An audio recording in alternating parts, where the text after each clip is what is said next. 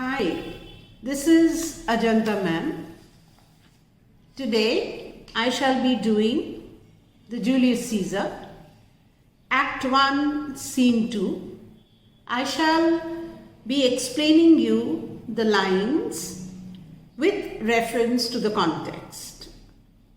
Now Act 1 Scene 2, line number 133 to 139.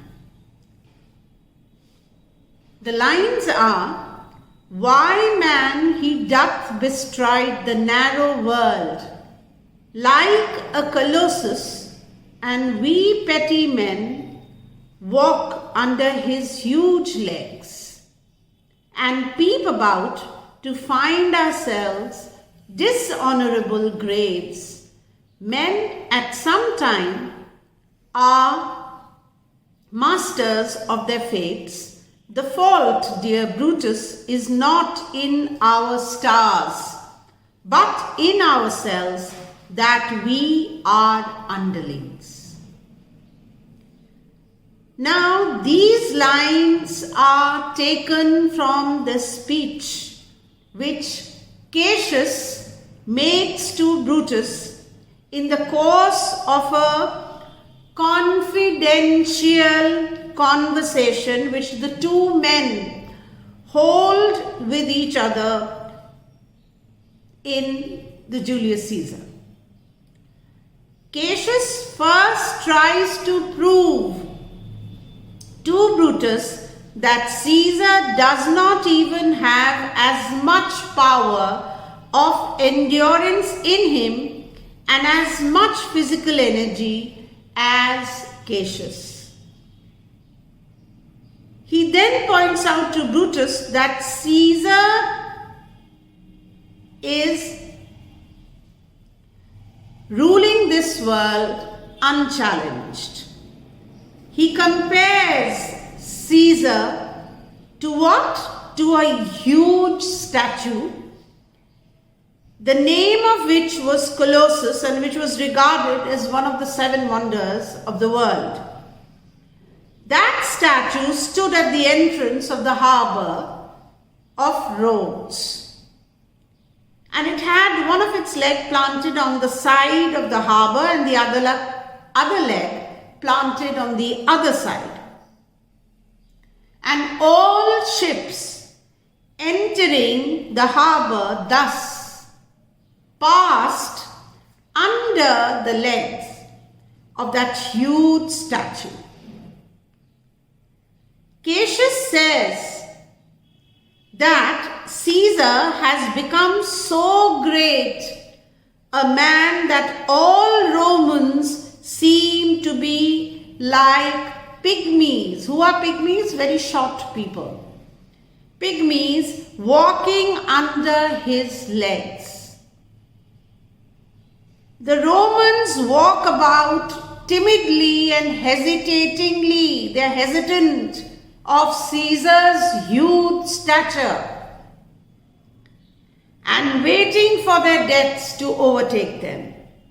The Romans do not even have the courage to look up to Caesar's face. He's so huge compared to them.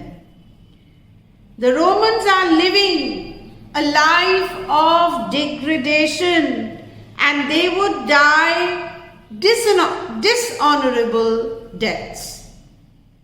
It is, according to Cassius, a matter of shame for the people of Rome to have to live as slaves under the tyrannical rule of Caesar.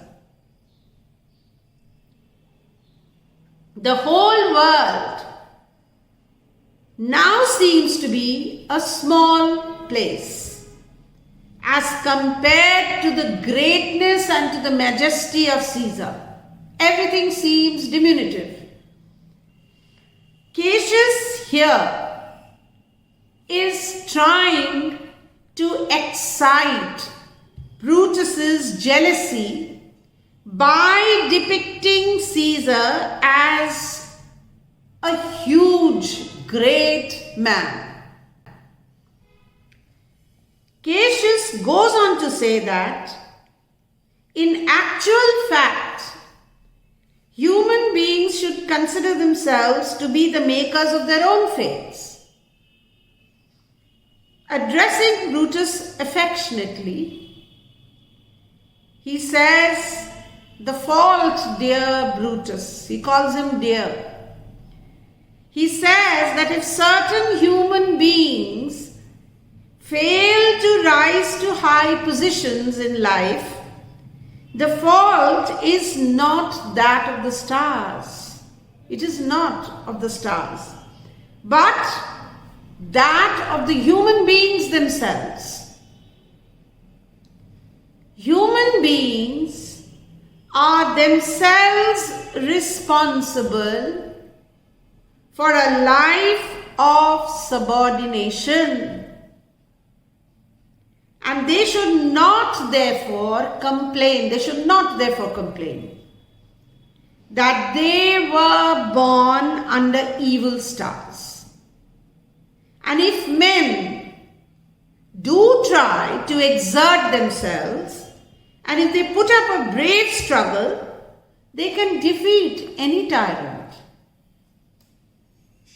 And therefore, they can also defeat Caesar. If they put a mind to it, they can easily defeat Caesar.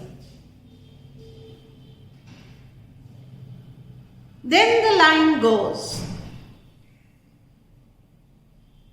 Cassius goes on to say, "Age, thou art shamed, Rome, thou hast lost the breed of noble bloods, went there by an age since the great flood. But it was famed with more than one man. When could they say till now that the talked of Rome, that her wide walks encompassed but one man?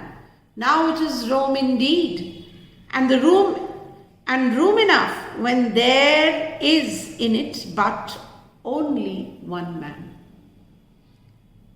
This is the continuation of Cassius's speech to Brutus. And he says that Brutus, he is talking about Caesar, trying to excite Brutus's jealousy of Caesar by pointing out that there is much magic and charm in the name of Brutus, as there is in the name of Caesar. So why then should Caesar rule the country all by himself and Brutus not be a part of it and not share power? Cassius then goes on to say that Rome is at this time passing through a shameful period of its history, and Rome had always been famous because of the great men who ruled.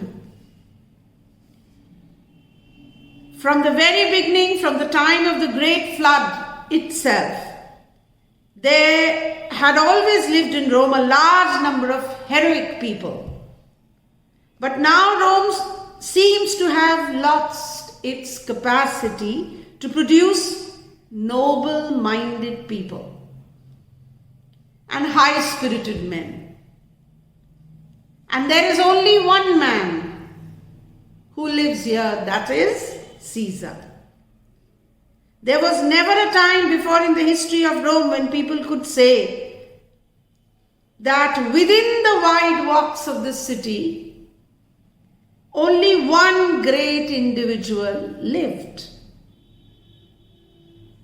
So, Cassius laments the fact that nobody in Rome tries to share power with Caesar, and that everybody, even Brutus, has accepted his authority and the dictatorial rule of Caesar. Thank you for watching my videos. Please continue to watch my videos for a complete analysis of your short stories, poems, as well as Shakespeare.